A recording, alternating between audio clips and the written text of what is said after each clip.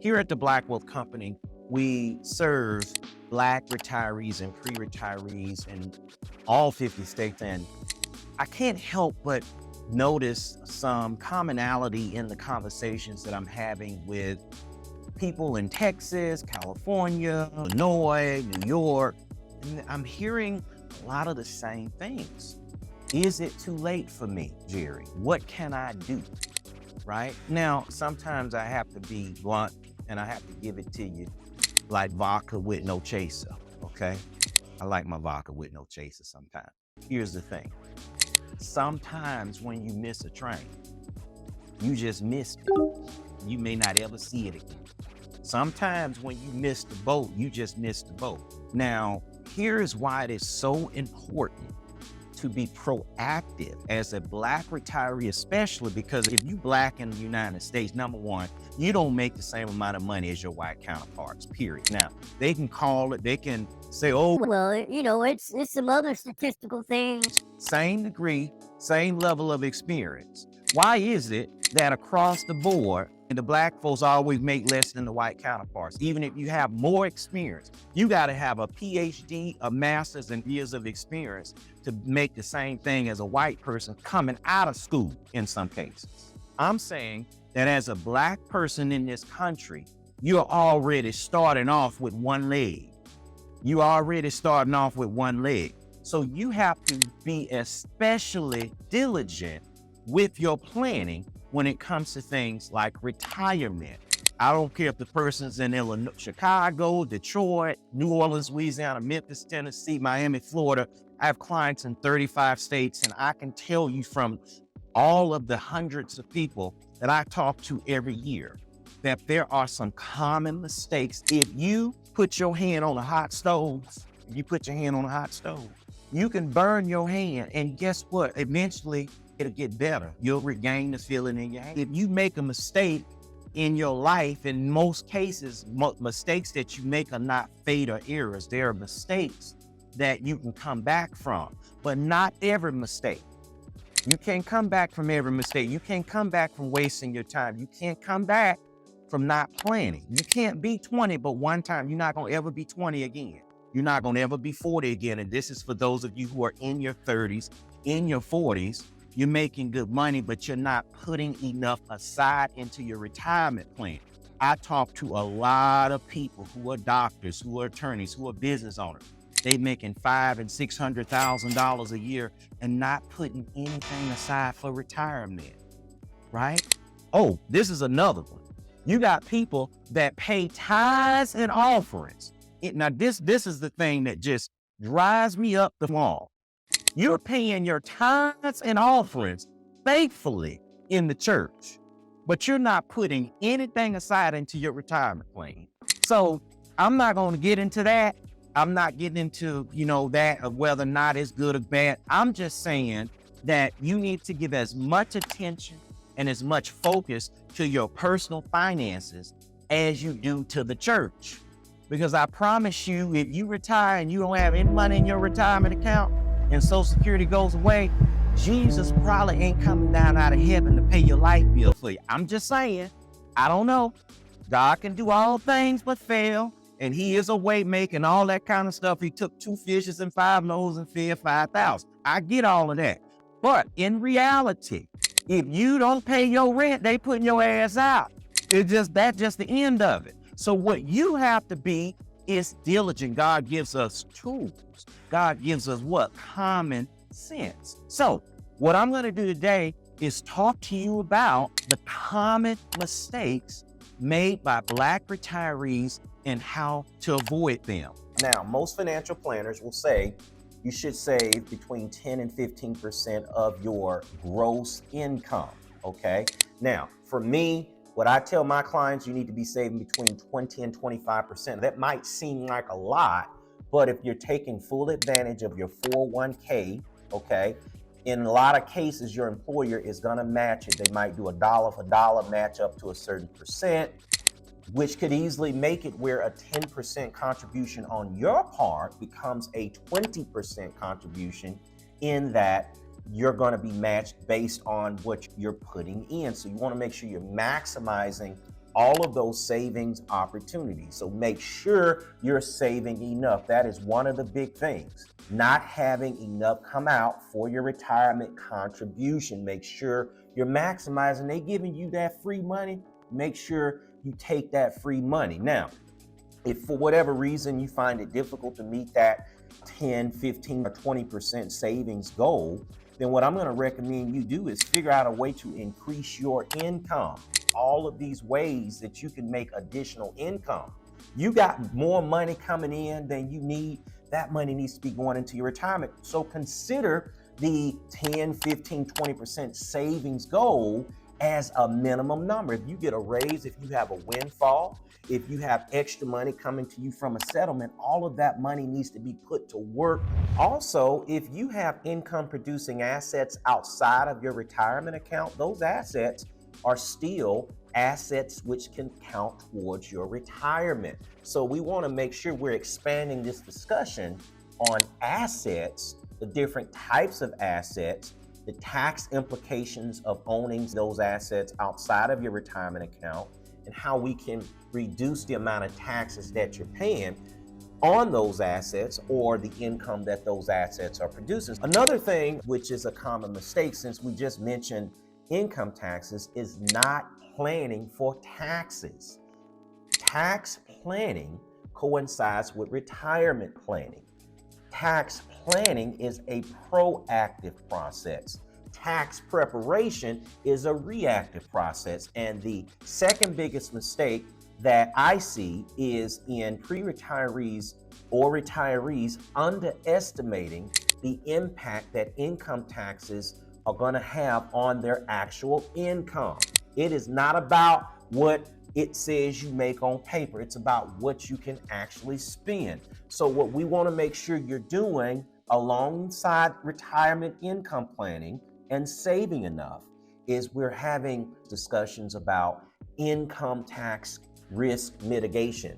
Things like tax loss harvesting, taking full advantage of your Roth IRA. For example, if you have a smaller balance, doing a Roth conversion on that balance. This is important because as you retire, when you get into retirement, it's very common that you have multiple sources of income. You have annuity income, Social Security, income from rental properties, all of these income sources. And what ends up happening is you end up getting pushed into a higher tax bracket. And so what looks like $100,000 a year income, if you're a single person, gets nibbled down to $60,000 of income once you take into account state income taxes and some of those other stealth taxes that you don't probably know about until you get into that income tax bracket. The other thing you also want to think about is ensuring that you are planning for contingencies. Things are going to come up in retirement. Retirement planning is not a one and done process. Retirement planning is a progressive process that requires you to adapt your plan based on changes in your individual situation. So we want to make sure we're maintaining a contingency fund, making sure that we're planning for things that are going to come up. The other thing, which is a huge one, your largest expense in retirement is going to be your health care. And that is the other piece. A lot of Black folks have diabetes, and that's another thing I see a lot of in my practice. We submit people for life insurance policies. They don't get approved, or they get approved, but they have a higher rate. Make sure that you are doing what you can to stay on top of your health. Your health is wealth. Making sure that you're cutting back on eating all this fried food, making sure you cut back, stop putting salt on your food before you taste it. That irritates the hell out of me. And you get to be 60, 65 years old and you have high blood pressure. Salt in your food before you eat it. It's simple things like that which compound over time. You may not have issues with it now, but guess what? When you get to 64, 65, it's time for you to start taking your Social Security. All of a sudden, you got all these health issues. So being proactive with your health early on is a fantastic way to keep more money in your pocket. Why? because Medicare does not cover 100% of your healthcare costs. There's going to be co-insurance, co-pays. There's out-of-pocket things that you're going to have to pay to really help mitigate some of that risk. One thing you want to look at doing is signing up for a Medicare Advantage plan or Part C plan, which typically can reduce the out-of-pocket cost and provide you with some additional benefits beyond original Medicare. Also, long-term care is not covered by Medicare. Okay, so we want to make sure that we are building into our retirement income projection a projection for what? Health care costs, because again, that will become one of your most expensive areas once you get into retirement. Make sure that you are investing wisely. Saving is not investing. A lot of my clients are in their 50s and I ask them, how much do you have in your retirement account? Oh, I don't have but $50,000 in my retirement account. Okay, great. How much do you have in your savings account? I have $100,000 in my savings account. You got $100,000 in your savings account, but you have $50,000 in your 401k or your IRA.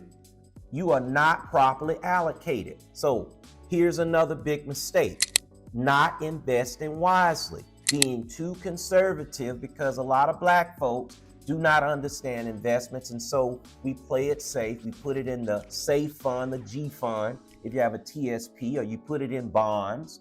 The problem with that is that if you keep your money invested in safe stuff, you're not going to earn enough on your money to keep up with what? Inflation and taxes. And the last time I checked, which was very recent, I went to the store and bought a bag of Doritos. You know how much a bag of Doritos is now? $6.